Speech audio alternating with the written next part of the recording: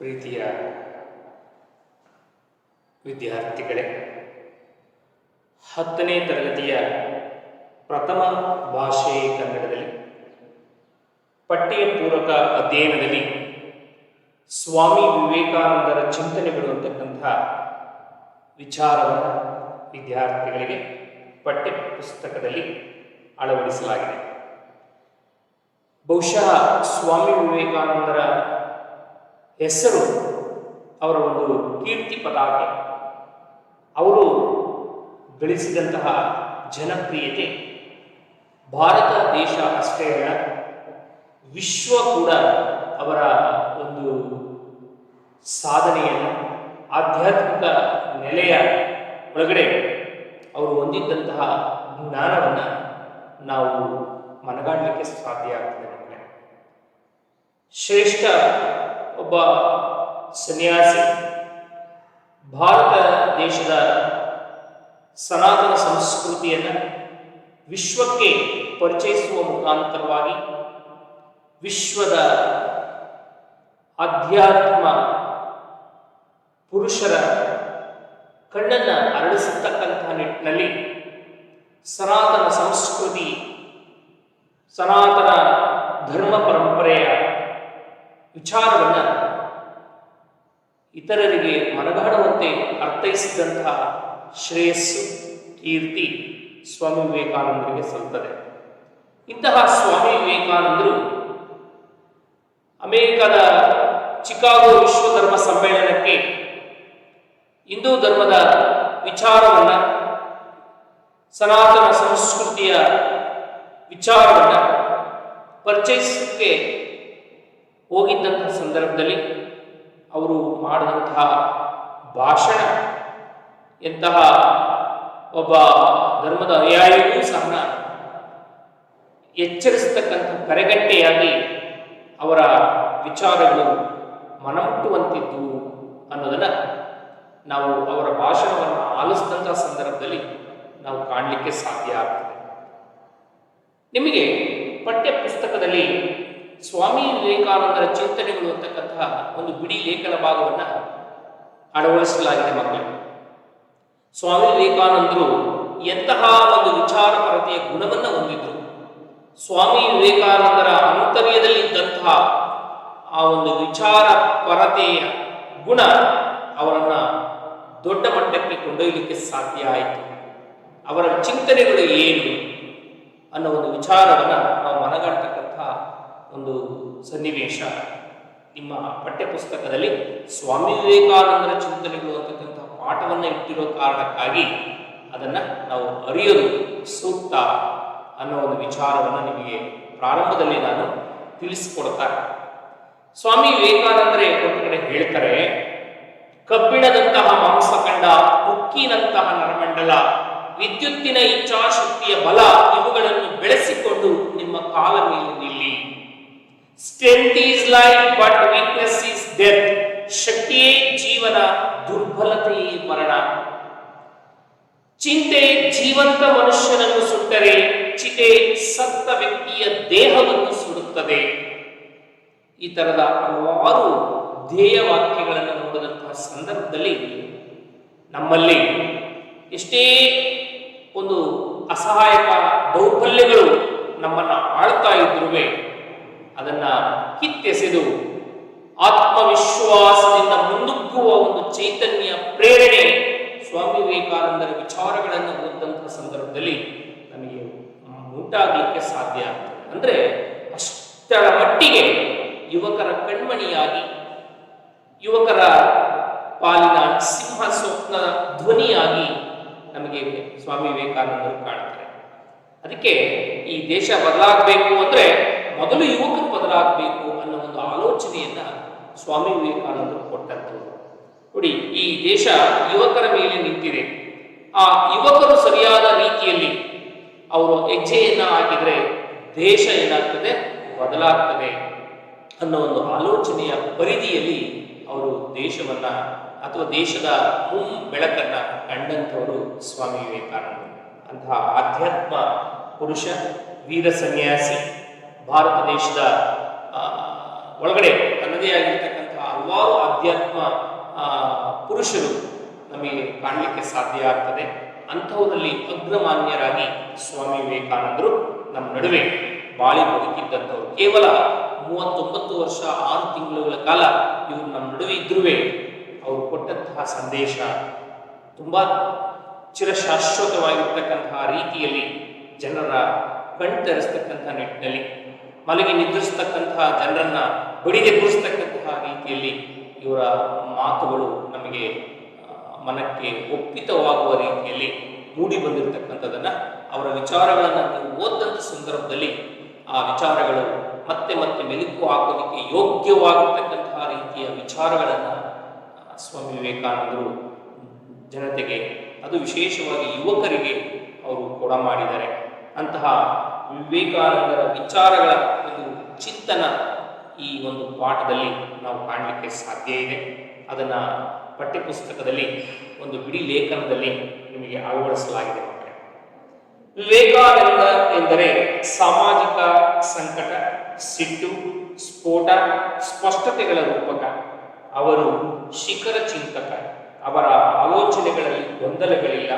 ಕೆಲವೊಮ್ಮೆ ವೈರುಧ್ಯದಂತೆ ಕಂಡರೂ ಅದು ಸಾಂದರ್ಭಿಕ ಪ್ರತಿಕ್ರಿಯೆಗಳ ಫಲ.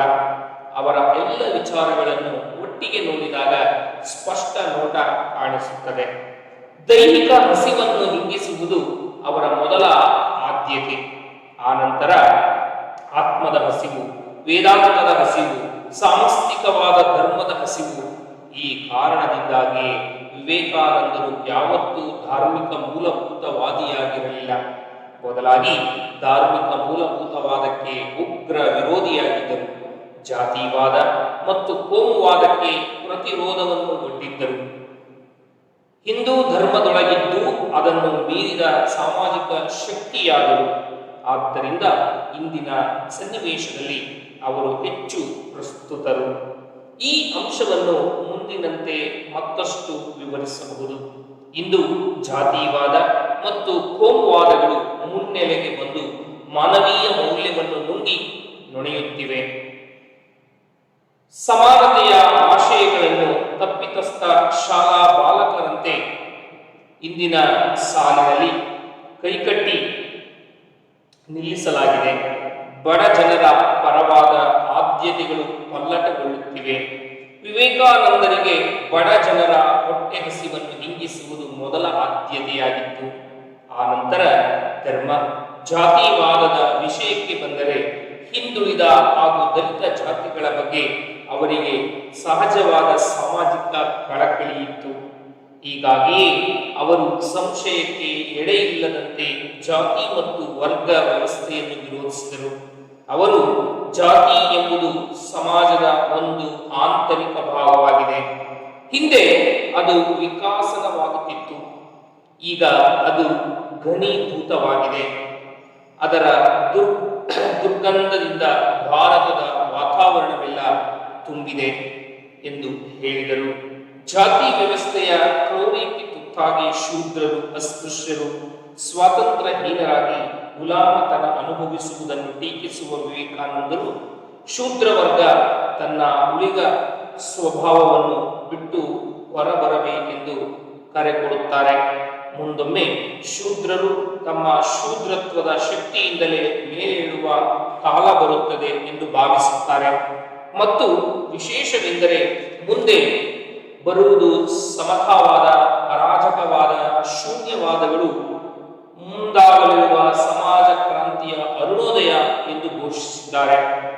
ಕೋಮುವಾದದ ವಿಷಯಕ್ಕೆ ಬಂದರೆ ವಿವೇಕಾನಂದರೆಂದು ಏಕ ಸಂಸ್ಕೃತಿ ಮತ್ತು ಏಕ ಧರ್ಮ ವಿಸ್ತರಣೆಗಳ ಪರವಾಗಿ ಇರಲಿಲ್ಲ. ಅದು ಹಿಂದೂ ಧರ್ಮವಿರಲಿ, ಕ್ರೈಸ್ತ ಧರ್ಮವಿರಲಿ, ಇಸ್ಲಾಂ ಧರ್ಮವಿರಲಿ, ಏಕಧರ್ಮ ಶ್ರೇಷ್ಠತೆ ಮತ್ತು ವಿಸ್ತರಣೆಯು ಜೀವ ವಿರೋಧವೆಂದು ಅವರು ಭಾವಿಸಿದ್ದರು. 11/9/1893 ಚಿಕಾಗೋ ಸರ್ವಧರ್ಮ ಸಮ್ಮೇಳನದಲ್ಲಿ ಮಾತನಾಡುತ್ತಾ ಅವರು ಸ್ವಮತಾಭಿಮಾನ, ಅನ್ಯ ಮತದ್ವೇಷ ಮತ್ತು ಇವುಗಳಿಂದ ಉತ್ಪನ್ನವಾದ ಘೋರ ಧಾರ್ಮಿಕ ದುರಭಿಮಾನಗಳು ಈ ಸುಂದರ ಜಗತ್ತನ್ನು ಆವರಿಸಿಕೊಂಡಿವೆ.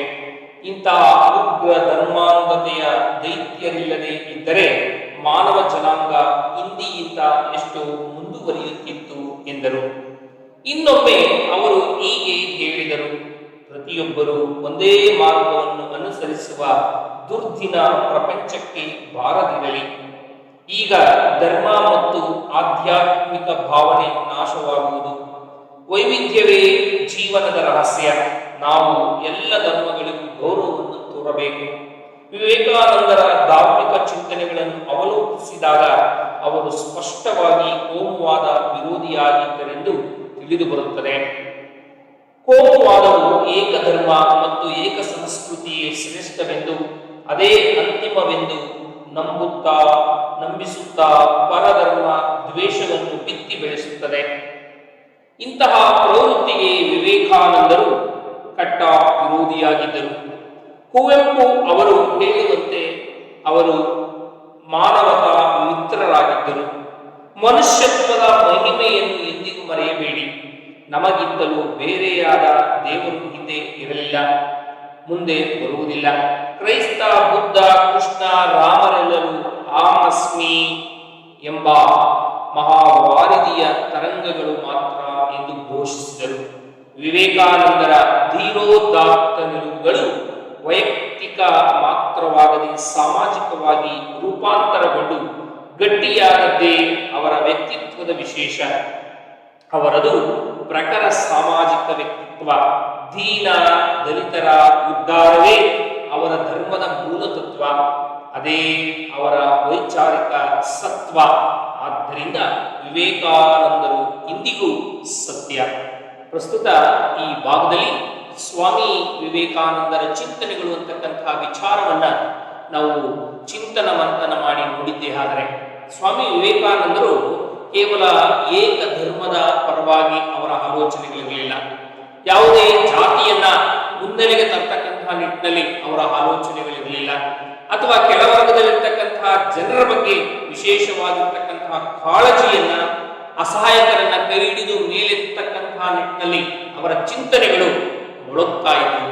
ನೋಡಿ, ಈ ತರದ ಆಲೋಚನೆಗಳನ್ನು ನೋಡಿದಂತಹ ಸಂದರ್ಭದಲ್ಲಿ ಕೋಮುವಾದದ ವಿರುದ್ಧವಾಗಿ, ಭಯೋತ್ಪಾದನೆಯ ವಿರುದ್ಧವಾಗಿ, ನೋಡಿ ಸಾಮಾಜಿಕ ವಿಘಟನೆಗೆ ಒಳಗಾಗಿರ್ತಕ್ಕಂತಹ ಜನರ ಪರವಾಗಿ ಇವರ ಮಾತುಗಳು ಅಥವಾ ಇವರ ಒಂದೊಂದು ವಿಚಾರಗಳು ಪ್ರಸ್ತುತ ಸಮಾಜಕ್ಕೆ, ಪ್ರಸ್ತುತ ಸಮಾಜದಲ್ಲಿರ್ತಕ್ಕಂತಹ ದೀನ ದಲಿತರ ಏಳಿಗೆಗೆ ನೋಡಿ ಅವರ ಮಾತುಗಳೇನಾಗಿದ್ವು ಅಂದರೆ ಆಂತರ್ಯದಲ್ಲಿ ತುಂಬಾ ನಮ್ಮನ್ನು ಬಡಿದೆಬ್ಬಿಸ್ತಕ್ಕಂತಹ ನಿಟ್ಟಿನಲ್ಲಿ, ಆ ವಿಚಾರಗಳು ಜನರಿಗೆ ಒಪ್ಪಿತವಾಗ್ತಕ್ಕಂತಹ ನಿಟ್ಟಿನಲ್ಲಿ ಅವರ ಮಾತುಗಳು, ಅವ್ರು ಹೇಳ್ತಕ್ಕಂತಹ ಒಂದೊಂದು ನುಡಿಮುತ್ತುಗಳು ನಮ್ಮಲ್ಲಿ ಒಂದು ಆತ್ಮವಿಶ್ವಾಸವನ್ನು ತುಂಬತಕ್ಕಂತಹ ನಿಟ್ಟಿನಲ್ಲಿ, ಕೈಲಾಗದೆ ಕೈ ಚೆಲ್ಲಿ ಕೂತಿರ್ತಕ್ಕಂತಹ ವ್ಯಕ್ತಿ ಅಯ್ಯೋ ಈ ಕೆಲಸ ನನ್ನ ಕೈಲಿ ಮಾಡ್ಲಿಕ್ಕೆ ಆಗೋದಿಲ್ಲ ಅನ್ನುವ ಹತಾಶಗೊಂಡಂತಹ ಮನೋಭಾವದ ವ್ಯಕ್ತಿಯಲ್ಲಿಯೂ ಅವನನ್ನ ಜಾಗೃತಿಗೊಳಿಸ್ತಕ್ಕಂತಹ ನಿಟ್ಟಿನಲ್ಲಿ, ಎಚ್ಚರಪಡಿಸ್ತಕ್ಕಂತಹ ನಿಟ್ಟಿನಲ್ಲಿ, ಅವನಲ್ಲಿ ಆತ್ಮವಿಶ್ವಾಸವನ್ನು ತುಂಬುವ ಮಟ್ಟದಲ್ಲಿ ಸ್ವಾಮಿ ವಿವೇಕಾನಂದರ ಚಿಂತನೆಯ ಮಾತುಗಳು ಇದ್ವು ಅನ್ನೋದನ್ನ ನಾವು ಮನಗಾಡಲಿಕ್ಕೆ ಸಾಧ್ಯ ಆಗ್ತದೆ. ಮಕ್ಕಳು ಪ್ರಾರಂಭದಲ್ಲಿ ಹೇಳ್ತಾರೆ, ಸ್ವಾಮಿ ವಿವೇಕಾನಂದರು ಎಂದರೆ ಸಾಮಾಜಿಕ ಸಂಕಟ, ಸಿಟ್ಟು, ಸ್ಫೋಟ, ಸ್ಪಷ್ಟತೆಗಳ ರೂಪಕ. ನೋಡಿ, ಸ್ವಾಮಿ ವಿವೇಕಾನಂದರ ಹೆಸರು ಅಂದ್ರೆ ಅದು ನಿಜವಾಗಿಯೂ ನೋಡಿ ಸಿಟ್ಟು ಅಥವಾ ಸಂಕಟ, ನೋಡಿ ಈ ಗುಣವನ್ನು ಹೊಂದಿರತಕ್ಕಂಥ ಗುಣ ಸ್ವಭಾವಗಳ ಸ್ಪಷ್ಟವಾಗಿರ್ತಕ್ಕಂತಹ ರೂಪಕ ಅಂತ ಕೊಡ್ತಾರೆ, ಹೋಲಿಕೆಯನ್ನು ಕೊಡ್ತಾರೆ. ಯಾಕೆಂದ್ರೆ ಇಂತಹ ಅಸಮಾನತೆಗಳನ್ನ ಹೋಗಲಾಡಿಸ್ತಕ್ಕಂತಹ ನಿಟ್ಟಿನಲ್ಲಿ ಸ್ವಾಮಿ ವಿವೇಕಾನಂದರು ಹೊಂದಿದ್ದಂತಹ ಗುಣಗಳು ಆ ನಿಟ್ಟಿನಲ್ಲಿ ಅವರನ್ನ ಮುನ್ನೆಲೆಗೆ ತಂದವು. ಸಮಾಜದಲ್ಲಿರ್ತಕ್ಕಂತಹ ಸಂಕಟ ಅನುಭವಿಸ್ತಕ್ಕಂತಹ ನೋಡಿ, ಸಮಾಜದಲ್ಲಿರ್ತಕ್ಕಂತಹ ಜನರು ಹಲವಾರು ರೀತಿಯ ಸ್ಫೋಟಕರವಾಗಿರ್ತಕ್ಕಂತಹ ವಿಚಾರಗಳನ್ನು ಒಳಲಿಟ್ಟುಕೊಂಡಿರ್ತಕ್ಕಂತಹ ನೋಡಿ, ಅವೆಲ್ಲವನ್ನ ಒಮ್ಮೆಲೆ ಹೋಗಲಾಡಿಸುವ ಒಂದು ಸ್ಪಷ್ಟ ರೂಪಕದಂತೆ, ಉದಾಹರಣೆಯಂತೆ, ಮಾದರಿಯಂತೆ ನಮಗೆ ಕಾಣ್ತಾರೆ. ಅವರು ಶಿಖರ ಚಿಂತಕ. ನೋಡಿ, ಹಿಮಾಲಯ ಪರ್ವತ ಎತ್ತರವಾದ ಶಿಖರ ಅಂತ ನಾವೇನು ಗುರುತಿಸ್ತೀವಿ, ಆ ತರದ ಎತ್ತರದ ನೆಲೆಯಲ್ಲಿ ಇವರ ಚಿಂತನೆಗಳು ನಾವು ಕಾಣಲಿಕ್ಕೆ ಸಾಧ್ಯ ಆಗ್ತದೆ. ಶಿಖರ ಚಿಂತಕ ಅಂತ ಹೇಳಿ ಇವರಿಗೆ ನಾವು ಕರಿಬಹುದಾಗಿರ್ತಕ್ಕಂಥ ಒಂದು ಸನ್ನಿವೇಶ. ಯಾಕೆಂದ್ರೆ ಇವರ ಎಲ್ಲ ವಿಚಾರಗಳು ಎತ್ತರದ ನೆಲೆಯಲ್ಲಿ ನಮ್ಮನ್ನ ಗುರಿ ಮುಟ್ಟಿಸುವ ನಿಟ್ಟಿನಲ್ಲಿ, ಸರಿದಾರಿಗೆ ಕೊಂಡೊಯ್ಯುವ ನಿಟ್ಟಿನಲ್ಲಿ ಇವರ ಚಿಂತನೆಗಳು ಇದ್ವು ಅನ್ನೋ ಒಂದು ವಿಚಾರ. ಅವರ ಆಲೋಚನೆಯಲ್ಲಿ ಯಾವುದೇ ಗೊಂದಲಗಳಿಲ್ಲ. ಸ್ವಾಮಿ ವಿವೇಕಾನಂದರು ಏನು ಮಾತಾಡ್ತಾರೆ ಅದರಂತೆ ನಡೆದವರು, ಏನು ಮಾತಾಡ್ತಾರೆ ಅದರಂತೆ ನಡೆದವರು. ನೋಡಿ, ನಡೆ ಮತ್ತೆ ನುಡಿಗಳನ್ನ ಅತ್ಯಂತ ಸಮೀಕರಿಸಿಕೊಂಡು ಸಾಮ್ಯತೆಯಿಂದ ಮುನ್ನೆಲೆಗೆ ಬಂದಂಥವರು, ಜನರನ್ನ ಕೊಂಡೊಯ್ದಂಥವರು ಸ್ವಾಮಿ ವಿವೇಕಾನಂದರಾಗಿದ್ದರು. ನೋಡಿ, ಸ್ವಾಮಿ ವಿವೇಕಾನಂದರು ಧರ್ಮದವರ ಮಧ್ಯೆ, ಒಂದು ಧರ್ಮದ ಜನರ ಮಧ್ಯೆ ಇನ್ನೊಂದು ಧರ್ಮದ ಜನರ ಮಧ್ಯೆ ಸಾಮಾಜಿಕ ಸಾಮರಸ್ಯವನ್ನು ಬೆಸೆಯುವ ಮಟ್ಟದಲ್ಲಿ ಅವರ ಒಂದು ವಿಚಾರಗಳು ಕೂಡಿರ್ತಾ ಇದ್ವು. ಧರ್ಮದ ದೃಷ್ಟಿಯಲ್ಲಿ ಯಾವ ಧರ್ಮವೂ ಶ್ರೇಷ್ಠವಲ್ಲ, ಯಾವ ಧರ್ಮವೂ ಕನಿಷ್ಠವಲ್ಲ. ನೋಡಿ, ನಾವೆಲ್ಲ ಭಾರತೀಯರು. ನೋಡಿ, ಇಂತಹ ಆಲೋಚನೆಯನ್ನ ತುಂಬುವ ಮುಖಾಂತರವಾಗಿ ಧರ್ಮದ ಸಾಮರಸ್ಯವನ್ನ ಬೆಸೆದಂತ ಒಬ್ಬ ವ್ಯಕ್ತಿ, ಸನ್ಯಾಸಿ ಸ್ವಾಮಿ ವಿವೇಕಾನಂದರಾಗಿದ್ದರು. ವಿಚಾರ, ಅವರ ಎಲ್ಲ ವಿಚಾರಗಳನ್ನು ಒಟ್ಟಿಗೆ ನೋಡಿದಾಗ ಒಂದು ಸ್ಪಷ್ಟ ನೋಟ ನಮಗೆ ಕಾಣಿಸುತ್ತದೆ. ಸ್ವಾಮಿ ವಿವೇಕಾನಂದರ ವಿಚಾರಗಳನ್ನು ನೋಡಿದಾಗ ಅವರ ಮನಸ್ಸಿನಲ್ಲಿ ಏನು ಭಾವನೆ ಇತ್ತು, ಅವರ ಬಾಹ್ಯ ವರ್ತನೆ ಏನಿತ್ತು ಅನ್ನೋದನ್ನ ನಾವು ಕಾಣಲಿಕ್ಕೆ ಸಾಧ್ಯ ಆಗ್ತದೆ. ದೈಹಿಕ ಹಸಿವನ್ನು ಹಿಂಗಿಸುವುದು ಅವರ ಮೊದಲ ಆದ್ಯತೆ. ನೋಡಿ, ಎಲ್ಲರೂ ಮಾಡುವುದು ಹೊಟ್ಟೆಗಾಗಿ, ಗೇಣು ಬಟ್ಟೆಗಾಗಿ ಅನ್ನೋ ಹಾಗೆ ಪ್ರತಿಯೊಬ್ಬ ವ್ಯಕ್ತಿ, ಹುಟ್ಟಿದ ಮನುಷ್ಯ ಒಂದಲ್ಲ ಒಂದು ಕಾಯಕವನ್ನು ಮಾಡಬೇಕು. ಕಾಯಕವೇ ಕೈಲಾಸ ಅಂತ ಹೇಳಿ ನಮ್ಮ 12ನೇ ಶತಮಾನದ ಭಕ್ತಿ ಭಂಡಾರಿ ಬಸವಣ್ಣ ಹೇಳ್ತಾರೆ. ನೋಡಿ, ಪ್ರತಿಯೊಬ್ಬರಿಗೂ ದೈಹಿಕ ಹಸಿವು ಅನ್ನೋದೊಂದಿದೆ. ಆ ದೈಹಿಕ ಹಸಿವನ್ನ ನೀಗಿಸ್ಕೊಳ್ಳೋದಕ್ಕೋಸ್ಕರವಾಗಿ ನಾವೇನ್ ಮಾಡ್ತೀವಿ, ವಿವಿಧ ಬಗೆಯ ಭಕ್ಷ್ಯ ಭೋಜನವನ್ನ ನಾವು ಮಾಡ್ತೀವಿ. ಆದರೆ ಭಕ್ಷ್ಯ ಭೋಜನವನ್ನ ಸವಿತಕ್ಕಂತಹ ವ್ಯಕ್ತಿ, ಅವನು ಶ್ರೀಮಂತ ಆಗಿರ್ತಕ್ಕಂಥ ಭಕ್ಷ್ಯ ಭೋಜನವನ್ನ ಆತ ಏನ್ ಮಾಡ್ತಾನೆ, ಭೋಜನವನ್ನ ಸವಿತಾನೆ. ಆದರೆ ಅವತ್ತಿನ ಜೀವನ ನಿರ್ವಹಣೆ ಕಷ್ಟ ಅಂತಕ್ಕಂತಹ ನಿಟ್ಟಿನಲ್ಲಿ ಆಲೋಚಿಸತಕ್ಕಂತಹ ವ್ಯಕ್ತಿ ಏನ್ ಮಾಡ್ತಾನೆ, ಏನೋ ಉದರ ತೃಪ್ತಿಗೋಸ್ಕರವಾಗಿ ಹೊಟ್ಟೆ ಹಸುವನ್ನ ಹೋಗಲಾಡಿಸಿಕೊಳ್ತಕ್ಕಂತಹ ನಿಟ್ಟಿನಲ್ಲಿ ಏನ್ ಸಿಗುತ್ತೋ ಅಷ್ಟು ಸಿಕ್ಕರೆ ಸಾಕಪ್ಪ, ನೋಡಿ ಹೊಟ್ಟೆ ಹಸುವನ್ನು ನೀಗಿಸ್ಕೊಂಡ್ರೆ ಸಾಕು ಅನ್ನೋ ನಿಟ್ಟಿನಲ್ಲಿ ಆಲೋಚನೆಯನ್ನ ಒಬ್ಬ ಅಸಹಾಯಕ ದುರ್ಬಲ ವರ್ಗದ ವ್ಯಕ್ತಿ ಏನ್ ಮಾಡ್ತಾನೆ. ನನಗೆ ಇಂಥದ್ದೇ ಬೇಕು ಅಂತೇಳಿ ಶ್ರೀಮಂತ ಆಲೋಚನೆ ಮಾಡಿದ್ರೆ, ಕೆಲವು ವ್ಯಕ್ತಿಗಳು, ಕೆಲವು ಅಸಹಾಯಕ ವ್ಯಕ್ತಿಗಳು ಏನ್ ಮಾಡ್ತಾರೆ, ನೋಡಿ ಹೊಟ್ಟೆ ತುಂಬಿಸ್ಕೊಳ್ತಕ್ಕಂತಹ ನಿಟ್ಟಿನಲ್ಲಿ ಏನ್ ಸಿಗುತ್ತೋ ಅಷ್ಟರಲ್ಲೇ ತೃಪ್ತಿ ಪಡ್ತಕ್ಕಂತಹ ನಿಟ್ಟಿನಲ್ಲಿ ಆಲೋಚನೆ ಮಾಡುವ ವರ್ಗ ಮತ್ತೊಂದಿದೆ. ಸ್ವಾಮಿ ವಿವೇಕಾನಂದರ ಚಿಂತನೆ ಒಳಗಡೆ ಅವರ ಪ್ರಮುಖ ಧ್ಯೇಯ ಏನಾಗಿತ್ತು ಅಂದ್ರೆ, ನೋಡಿ ದೈಹಿಕ ಹಸಿವನ್ನ ನೀಗಿಸುವುದು ಅವರದಾಗಿತ್ತು. ಮುಂದೆ ಹೇಳ್ತಾರೆ, ಆನಂತರ ಆತ್ಮದ ಹಸಿವು. ನೋಡಿ, ಹೊಟ್ಟೆ ಖಾಲಿ ಇಟ್ಟುಕೊಂಡು ಹೊಟ್ಟೆ ಚುರುಗುಡ್ತಾ ಇದೆ, ನಾನು ಧರ್ಮದ ಬಗ್ಗೆ ಭಾಷಣವನ್ನ ಕೇಳ್ತಕ್ಕಂತಹ ನಿಟ್ಟಿನಲ್ಲಿ ಅಥವಾ ಧರ್ಮದ ಬಗ್ಗೆ ವ್ಯಾಖ್ಯಾನವನ್ನ ಆಲಿಸ್ತಕ್ಕಂತಹ ನಿಟ್ಟಿನಲ್ಲಿ ಕೂತ್ಕೊಂಡ್ರೆ, ನೋಡಿ ಆಗ ಏನಾಗ್ತದೆ, ಅದು ನಿಜವಾದಂತಹ ರೀತಿಯಲ್ಲಿ ನೋಡಿ ನನ್ನ ಮನಸ್ಸಿನ ಮೇಲೆ ಪರಿಣಾಮವನ್ನು ಬೀರಲಿಕ್ಕೆ ಸಾಧ್ಯ ಇಲ್ಲ. ಯಾಕಂದ್ರೆ ಹೊಟ್ಟೆ ಹಸಿವಿದೆ, ಯಾರೋ ಭಾಷಣ ಮಾಡ್ತಾ ಇದ್ದಾರೆ, ಹೊಟ್ಟೆ ತುಂಬಿರೋ ವ್ಯಕ್ತಿ ಧರ್ಮದ ಬಗ್ಗೆ ನೋಡಿ ಆಲೋಚನೆಯನ್ನ ಆತ ಏನ್ ಮಾಡ್ತಾ ಇದ್ದಾರೆ, ತನ್ನ ಮಾತುಗಳಲ್ಲಿ ವ್ಯಕ್ತಪಡಿಸ್ತಾ ಇದ್ದಾರೆ. ಆದರೆ ಅದು ನಿಜವಾದಂತಹ ರೀತಿಯಲ್ಲಿ ನನ್ನ ಮನಸ್ಸಿಗೆ ಒಪ್ಪಿತ ಆಗ್ಬೇಕಾದ್ರೆ ನಾನು ಏನಾಗಿರ್ಬೇಕು, ಪೂರ್ಣ ತೃಪ್ತನಾಗಿರ್ಬೇಕು. ಆಗ ಏನಾಗ್ತದೆ, ಆತನ ವಿಚಾರಗಳು ನನ್ನ ಮನಸ್ಸಿನ ಆಂತರ್ಯವನ್ನು ಮುಟ್ಲಿಕ್ಕೆ ಸಾಧ್ಯ ಆಗ್ತದೆ ಅನ್ನೋ ಒಂದು ವಿಚಾರ. ವಿವೇಕಾನಂದರ ವಿಚಾರಗಳು ಈ ರೀತಿಯಾದಂತಹ ಚಿಂತನೆಗಳನ್ನ ಅವರು ಹೊಂದಿರ್ತಾ ಇದ್ರು. ವೇದಾಂತದ ಹಸಿವನ್ನ ನೋಡಿ, ವೇದಾಂತ ನೋಡಿ 4 ಬಗೆಯ ವೇದಗಳನ್ನು ನಾವು ಕಾಣ್ತೀವಿ. ಋಗ್ವೇದ, ಯಜುರ್ವೇದ, ಸಾಮವೇದ, ಅಥರ್ವಣ ವೇದ ಅಂತಕ್ಕಂಥ 4 ಬಗೆಯ ವೇದಗಳ ಬಗ್ಗೆ ಪರಿಪೂರ್ಣ ಜ್ಞಾನವನ್ನ ಸ್ವಾಮಿ ವಿವೇಕಾನಂದರು ಹೊಂದಿದ್ರು ಅನ್ನೋ ವಿಚಾರ. ಈ ಕಾರಣದಿಂದಾಗಿ ವಿವೇಕಾನಂದರು ಯಾವತ್ತೂ ಧಾರ್ಮಿಕ ಮೂಲಭೂತವಾದಿಯಾಗಿರಲಿಲ್ಲ. ಒಂದು ಧರ್ಮವೇ ಶ್ರೇಷ್ಠ, ಇನ್ನೊಂದು ಧರ್ಮ ಕನಿಷ್ಠ, ನೋಡಿ ಈ ರೀತಿಯಾದಂತಹ ಒಂದು ಅಂಧಶ್ರದ್ಧೆಯ ಭಾವನೆ, ಧಾರ್ಮಿಕ ಮೂಲವಾದಿತನ ಸ್ವಾಮಿ ವಿವೇಕಾನಂದರು ಇರಲಿಲ್ಲ. ಸ್ವಾಮಿ ವಿವೇಕಾನಂದರು ಎಲ್ಲ ಧರ್ಮಗಳ ಸಾರವನ್ನ ಅವರು ಗ್ರಹಿಸಿದ್ರು, ಸಾರವನ್ನು ಅರ್ತಿದ್ರು. ಸರ್ವ ಧರ್ಮದ ಜನರನ್ನು ಸಮಾನ ದೃಷ್ಟಿಕೋನದಿಂದ ನೋಡತಕ್ಕಂತಹ ಒಬ್ಬ ಸಹಿಷ್ಣು ಮನೋಭಾವಿಯಾಗಿದ್ದರು. ಮುಂದುವರೆದು ಬದಲಾಗಿ ಧಾರ್ಮಿಕ ಮೂಲಭೂತವಾದಕ್ಕೆ ಉಗ್ರ ವಿರೋಧಿಯಾಗಿದ್ದರು. ನೋಡಿ, ಧಾರ್ಮಿಕ ಮೂಲಭೂತವಾದಕ್ಕೆ ನಮ್ಮದೇ ಶ್ರೇಷ್ಠ, ನಮ್ಮ ಧರ್ಮದೇ ಆಚರಣೆಯೇ ಶ್ರೇಷ್ಠ, ನಮ್ಮ ಧರ್ಮದ ವಿಚಾರಗಳೇ ಶ್ರೇಷ್ಠ, ತತ್ವಗಳೇ ಶ್ರೇಷ್ಠ, ಇಂತಹ ವಿಚಾರಗಳನ್ನ ಟೀಕಿಸ್ತಕ್ಕಂತಹ ನಿಟ್ಟಿನಲ್ಲಿ ಉಗ್ರ ವಿರೋಧಿಯಾಗಿದ್ದರು, ತುಂಬಾ ಕಠೋರಿಯಾಗಿದ್ದರು. ಜಾತಿವಾದ ಮತ್ತು ಕೋಮುವಾದಕ್ಕೆ ಪ್ರತಿರೋಧವನ್ನು ಒಡ್ಡಿದ್ದರು. ಜಾತಿ ಮತ್ತೆ ಧರ್ಮದ ವಿಚಾರದಲ್ಲಿ ಯಾರಾದರೂ ಸಂಘರ್ಷವನ್ನ ಉಂಟು ಮಾಡಿದ್ದೇ ಆದರೆ ಅದನ್ನ ವಿರೋಧಿಸತಕ್ಕಂತಹ ಗುಣ ಸ್ವಭಾವ ಸ್ವಾಮಿ ವಿವೇಕಾನಂದರಲ್ಲಿ ಇತ್ತು ಅನ್ನೋ ಒಂದು ವಿಚಾರ.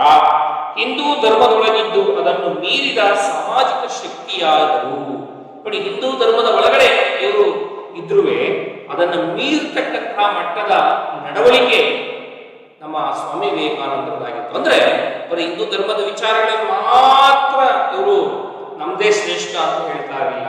ಅದನ್ನ ಮೀರಿದ ರೀತಿಯಲ್ಲಿ ಮತ್ತೊಂದು ಧರ್ಮದ ಅನುಯಾಯಿಗಳು ಮತ್ತೊಂದು ಧರ್ಮದ ವಿಚಾರಗಳನ್ನ ಅವರು ಒಪ್ಕೊಳ್ತಕ್ಕಂತಹ ಮಟ್ಟದಲ್ಲಿ ಅವರ ಆಲೋಚನೆಗಳು ಇದ್ದವು. ಆದ್ದರಿಂದ ಇಂದಿನ ಸನ್ನಿವೇಶದಲ್ಲಿ ಅವರು ಹೆಚ್ಚು ಪ್ರಸ್ತುತರು.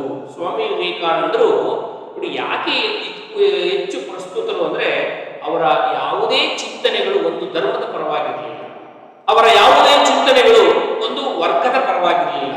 ಸರ್ವರ ಒಳಿತಿಗಾಗಿ, ಸರ್ವರ ಏಳಿಗೆಗಾಗಿ ಅವರ ಚಿಂತನೆಗಳಿದ್ದವು. ಅದನ್ನೇ ಸಮಸ್ತ ಸರ್ವೇ ಜನ ಸುಖಿನ ಭವಂತು ಅನ್ನೋ ಹಾಗೆ ಸರ್ವ ಜನರ ಉದ್ಧಾರಕ್ಕಾಗಿ ಇವರ ಚಿಂತನೆಗಳೇನಾಗ್ತಾ ಇತ್ತು ಅಂದ್ರೆ ಜನರಿಗೆ ಮನಮುಟ್ಟುವ ರೀತಿಯಲ್ಲಿ, ಜನರಿಗೆ ಒಪ್ಪಿತವಾಗುವ ರೀತಿಯಲ್ಲಿ ಇವರ ವಿಚಾರಗಳು ಇದ್ದವು. ಈ ಅಂಶವನ್ನು ಮುಂದಿನಂತೆ ಮತ್ತಷ್ಟು ನಾವು ವಿವರಿಸಬಹುದು. ಇಂದು ಜಾತಿವಾದ ಮತ್ತು ಕೋಮುವಾದಗಳು ಮುನ್ನೆಲೆಗೆ ಬಂದು ಮಾನವೀಯ ಮೌಲ್ಯವನ್ನು ನುಂಗಿ ನುಡಿಯುತ್ತಿವೆ. ಇವತ್ತು ಕೋಮು ಸಂಘರ್ಷಗಳು ಹೆಚ್ಚು, ಜಾತಿಯ ಸಂಘರ್ಷಗಳು ಹೆಚ್ಚು. ನೋಡಿ, ಒಂದು ಧರ್ಮದ ಜನ ಮತ್ತೊಂದು ಧರ್ಮದ ಜನರ ವಿರುದ್ಧವಾಗಿ ನಾನಾ ಕಾರಣಗಳಿಗಾಗಿ ಎತ್ತಿ ಕಟ್ಟುವ, ನೋಡಿ ಜಗಳವಾಡುವ ಅಥವಾ ಊರಿನಿಂದ ಅವರನ್ನು ಬಹಿಷ್ಕರಿಸತಕ್ಕಂತಹ ಸನ್ನಿವೇಶಗಳನ್ನ ನಾವು ಆಗೊಮ್ಮೆ ಈಗೊಮ್ಮೆ ಪತ್ರಿಕೆಗಳಲ್ಲಿ ಮಾಧ್ಯಮಗಳಲ್ಲಿ ನೋಡ್ತೀವಿ. ಅಂತಹ ಸಂದರ್ಭದಲ್ಲಿ ಸ್ವಾಮಿ ವಿವೇಕಾನಂದರು ಇಂತಹ ಜನರನ್ನ ನೋಡಿ ಅವರೇನಾದ್ರು ಸ್ವಾಮಿ ವಿವೇಕಾನಂದರು ಈಗ ನಮ್ಮ ನಡುವೆ ಬದುಕಿದ್ದಂತಹ ಸಂದರ್ಭದಲ್ಲಿ ಅಯ್ಯೋ ಎಷ್ಟು ಮನಸ್ಸಿಗೆ ಹೇಸಿಗೆಯನ್ನ ಪಟ್ಕೊಳ್ತಾ ಇದ್ರು. ಯಾಕೆ ಅಂದ್ರೆ ಈ ಜಾತಿಯ ಸಂಘರ್ಷಗಳು, ಕೋಮು ಸಂಘರ್ಷಗಳು ನೋಡಿ ನಡುವೆ ನಾವು ಭಾರತ ದೇಶದಲ್ಲಿ ಇನ್ನೂ ಬದುಕಿದೀವಲ್ಲ ಅನ್ನೋ ಭಾವನೆ ಮನಸ್ಸಿನಲ್ಲಿ ಅತ್ಯಂತ ವಿಷಾದದ ನೆಲೆಯಲ್ಲಿ ಅವರನ್ನ ತಳ್ತಾ ಇದ್ರು ಅನ್ನೋ ಒಂದು ವಿಚಾರ. ಅದಕ್ಕೋಸ್ಕರವಾಗಿಯೇ ಸ್ವಾಮಿ ವಿವೇಕಾನಂದರು ಹೇಳ್ತಾರೆ, ಸಮಾನತೆಯ ಆಶಯವನ್ನು ತಪ್ಪಿತಸ್ಥ ಶಾಲಾ ಬಾಲಕನಂತೆ ಹಿಂದಿನ ಸಾಲಿನಲ್ಲಿ ಕೈಕಟ್ಟಿ ನಿಲ್ಲಿಸಬೇಕಾಗಿದೆ. ನೋಡಿ, ಯಾರೋ ಒಬ್ಬ ವಿದ್ಯಾರ್ಥಿ ತಪ್ಪು ಮಾಡಿದಾಗ ಶಿಕ್ಷಕರು ಅವನಿಗೆ ಶಿಕ್ಷೆ ಕೊಡ್ತಕ್ಕಂಥ ರೀತಿಯಲ್ಲಿ ಆತನನ್ನ ಏನ್ ಮಾಡ್ತಾರೆ, ತರಗತಿಯ ಹಿಂದಿನ ಸಾಲಿನಲ್ಲಿ ಕೈ ಕಟ್ಕೊಂಡು ನಿಲ್ಲೋ ರೀತಿಯಲ್ಲಿ ಹೇಗೆ ಶಿಕ್ಷೆಯನ್ನ ಕೊಡ್ತಾರೋ ಹಾಗೆ ಇವತ್ತು ಸಮಾನತೆ ಅಂತಕ್ಕಂಥದ್ದು ನೋಡಿ ನಾವು ಕಾಣ್ತಕ್ಕಂತಹ ಕಣ್ಣುಗಳು ನೋಡ್ತಕ್ಕಂತಹ ನೋಟ ಏನಾಗಿದೆ ಅಂದ್ರೆ ಕವಲು ನೋಟದ ಹಿನ್ನೆಲೆಯ ಒಳಗಡೆ ಸಮಾನತೆ, ಈಕ್ವಲಿಟಿ ಅಂತಕ್ಕಂತಹ ಭಾವನೆ ನಾವೆಲ್ಲರಲ್ಲೂ ಕಾಣಲಿಕ್ಕೆ ಸಾಧ್ಯ ಇಲ್ಲ. ಯಾಕೆ ಅಂದ್ರೆ ಸಮಾನತೆಯ ನೋಟದ ಹಿನ್ನೆಲೆ ಆ ರೀತಿಯಾದಂತಹ ಆ ನೋಟವನ್ನ ಕಾಣ್ತಕ್ಕಂಥದ್ರಲ್ಲೂ ಸಹ ಎಲ್ಲೋ ಹಲವಾರು ಕಡೆ ಎಚ್ಚರ ತಪ್ಪತಕ್ಕಂತಹ ಸನ್ನಿವೇಶಗಳನ್ನ ನಾವು ನೋಡ್ಬೇಕಾದಂತಹ ಸನ್ನಿವೇಶ ಕಾಣಲಿಕ್ಕೆ ಸಾಧ್ಯ ಆಗ್ತದೆ. ಅದಕ್ಕೆ ಹೇಳ್ತಕ್ಕಂಥದ್ದು, ವಿವೇಕಾನಂದರಿಗೆ ಬಡ ಜನರ ಹೊಟ್ಟೆಯ ಹಸಿವನ್ನು ಇಂಗಿಸುವುದು ಅವರ ಮೊದಲ ಆದ್ಯತೆಯಾಗಿತ್ತು. ನೋಡಿ, ಬಡ ಜನರ ಹೊಟ್ಟೆ ಹಸಿವನ್ನ ಇಂಗಿಸ್ತಕ್ಕಂಥದ್ದು, ನಿವಾರಿಸ್ತಕ್ಕಂಥ ನಿಟ್ಟಿನಲ್ಲಿ. ಯಾಕಂದ್ರೆ ಮೊದಲು ಹೊಟ್ಟೆ ತುಂಬಿದ ಮೇಲೆ ನಾವು ಪೂರ್ಣ ತೃಪ್ತಿಗಳಾಗ್ತೀವಿ. ಆಮೇಲೆ ಒಂದು ಗಂಟೆ ಹೊತ್ತು ಕುತ್ಕೊಂಡು ಏನ್ ಭಾಷಣ ಆಗಲಿ ಅಥವಾ ಇನ್ನೇನೇ ವಿಚಾರದ ಸನ್ನಿವೇಶಗಳು ನಮ್ಮ ಮನಸ್ಸಿಗೆ ಒಪ್ಪಿತ ಆಗ್ಬೇಕು ಅಂದ್ರೆ ನಮ್ಮ ಭಾವನೆಗಳು ಏನಾಗಿರ್ಬೇಕು, ನಮ್ಮ ದೈಹಿಕ ಹಸಿವು ಏನಾಗಿರ್ಬೇಕು, ಅದು ಮೊದಲು ತೃಪ್ತ ಆಗ್ಬೇಕು, ತುಂಬಬೇಕು ಅನ್ನೋ ಒಂದು ವಿಚಾರವನ್ನು ಮನಗಂಡಂತವರು ಬಡ ಜನರಿಗೆ ಹೊಟ್ಟೆಯ ಹಸಿವನ್ನ ಇಂಗಿಸ್ತಕ್ಕಂಥ ನಿಟ್ಟಿನಲ್ಲಿ ಇವರು ಮೊದಲ ಆದ್ಯತೆ ಉಳ್ಳವರಾಗಿದ್ರು. ಆನಂತರ ಧರ್ಮ ಮತ್ತು ಜಾತಿವಾದದ ವಿಷಯಕ್ಕೆ ಬಂದರೆ ಹಿಂದುಳಿದ ಹಾಗೂ ದಲಿತ ಜಾತಿಗಳ ಬಗ್ಗೆ ಅವರಿಗೆ ಸಹಜವಾದ ಸಾಮಾಜಿಕ ಕಳಕಳಿ ಇತ್ತು. ನೋಡಿ, ಸಮಾಜದಲ್ಲಿ ಕೆಳಜಾತಿಯ ಜನ, ನಾವೇನು ಅನ್ಟಚಬಲ್ಸ್ ಅಂತ ಏನು ಕರಿತೀವಿ, ಆ ಅನ್ಟಚಬಲ್ಸ್ ಜನರನ್ನ ನೋಡಿ ಸಾಮಾಜಿಕ ಮುನ್ನೆಲೆಗೆ ತರ್ತಕ್ಕಂತಹ ನಿಟ್ಟಿನಲ್ಲಿ ಇವರು ಸದಾ ಕ್ರಿಯಾಶೀಲರಾಗಿದ್ದರು, ಸದಾ ಜಾಗೃತ ಮನೋಭಾವ ಉಳ್ಳವರಾಗಿದ್ದರು. ಯಾಕೆಂದ್ರೆ ಮೇಲ್ಜಾತಿಯ ವ್ಯಕ್ತಿ ಹೇಗೋ ಸಮಾಜದ ಕೆಳಸ್ತರದಲ್ಲಿರ್ತಕ್ಕಂತಹ ವ್ಯಕ್ತಿಯೂ ಸಹ ಹಾಗೆ. ವ್ಯಕ್ತಿಯ ದೃಷ್ಟಿಯಲ್ಲಿ ಯಾವೊಬ್ಬ ವ್ಯಕ್ತಿಯೂ ಶ್ರೇಷ್ಠನಲ್ಲ, ಯಾವೊಬ್ಬ ವ್ಯಕ್ತಿಯೂ ಕನಿಷ್ಠನಲ್ಲ. ವ್ಯಕ್ತಿ ಮಾಡುವ ಕಾಯಕದಲ್ಲಿ ಯಾವುದು ಶ್ರೇಷ್ಠವೆಂಬುದಿಲ್ಲ, ಯಾವುದು ಕನಿಷ್ಠವೆಂಬುದು ಇಲ್ಲ ಅನ್ನೋ ಒಂದು ವಿಚಾರವನ್ನ ಅರ್ತಿದ್ದಂಥವರು ಸ್ವಾಮಿ ವಿವೇಕಾನಂದರು. ಅದಕ್ಕೆ ಹೇಳ್ತಾರೆ, ಜಾತಿವಾದದ ವಿಷಯಕ್ಕೆ ಬಂದರೆ ಹಿಂದುಳಿದ ಹಾಗೂ ದಲಿತ ಜಾತಿಗಳ ಬಗ್ಗೆ ಅವರಿಗೆ ಸಹಜವಾದ ಸಾಮಾಜಿಕ ಕಳಕಳಿ ಇತ್ತು. ಹೀಗಾಗಿ ಅವರು ಸಂಶಯಕ್ಕೆ ಎಡೆಯಿಲ್ಲದಂತೆ ಜಾತಿ ಮತ್ತು ವರ್ಗ ವ್ಯವಸ್ಥೆಯನ್ನು ವಿರೋಧಿಸಿದರು. ಅವರು ಜಾತಿ ಎಂಬುದು ಸಮಾಜದ ಒಂದು ಆಂತರಿಕ ಭಾಗವಾಗಿದೆ, ಹಿಂದೆ ಅದು ವಿಕಸನವಾಗುತ್ತಿತ್ತು, ಈಗ ಅದು ಘನೀಭೂತವಾಗಿದೆ ಎಂದು ಅವರ ಮಾತುಗಳಲ್ಲಿ ಅವರು ವ್ಯಕ್ತಪಡಿಸ್ತಾ ಇದ್ದಾರೆ. ಹೀಗೆ ಸ್ವಾಮಿ ವಿವೇಕಾನಂದರ ಚಿಂತನೆಗಳನ್ನ ನಾವು ಓದ್ತಾ ಹೋದಂತಹ ಸಂದರ್ಭದಲ್ಲಿ ಒಂದು ಹೊಸ ವಿಚಾರ ನಮ್ಮ ಮನಸ್ಸಿಗೆ ಮುಟ್ಟೋದಕ್ಕೆ ಸಾಧ್ಯ ಆಗ್ತದೆ. ಆ ವಿಚಾರಗಳು ಹೌದು, ಸರ್ವೇ ಜನ ಸುಖಿನೋ ಭವಂತು ಅನ್ನೋ ಹಾಗೆ ಸರ್ವರ ಒಳಿತನ್ನು ಉಂಟು ಮಾಡತಕ್ಕಂತಹ ನಿಟ್ಟಿನಲ್ಲಿ ಅವರ ಚಿಂತನೆಗಳೇನಾಗ್ತವೆ ನಮ್ಮ ಒಳಗಡೆ ಮೆಲುಕು ಹಾಕೋದಕ್ಕೆ ಸಾಧ್ಯ ಆಗ್ತದೆ ಅನ್ನೋ ಒಂದು ವಿಚಾರವನ್ನು ನಮಗೆ ತಿಳಿಯಪಡಿಸ್ತಾ ಈ ಒಂದು ಪಾಠದ ಮುಂದುವರೆದಿರ್ತಕ್ಕಂತಹ ವಿಚಾರವನ್ನು ನಾನು ಮುಂದಿನ ತರಗತಿಯಲ್ಲಿ ನಿಮಗೆ ತಿಳಿಸಲಿಕ್ಕೆ ಪ್ರಯತ್ನಿಸ್ತೀನಿ ಮಕ್ಕಳೇ. ಎಲ್ರಿಗೂ ಧನ್ಯವಾದಗಳು.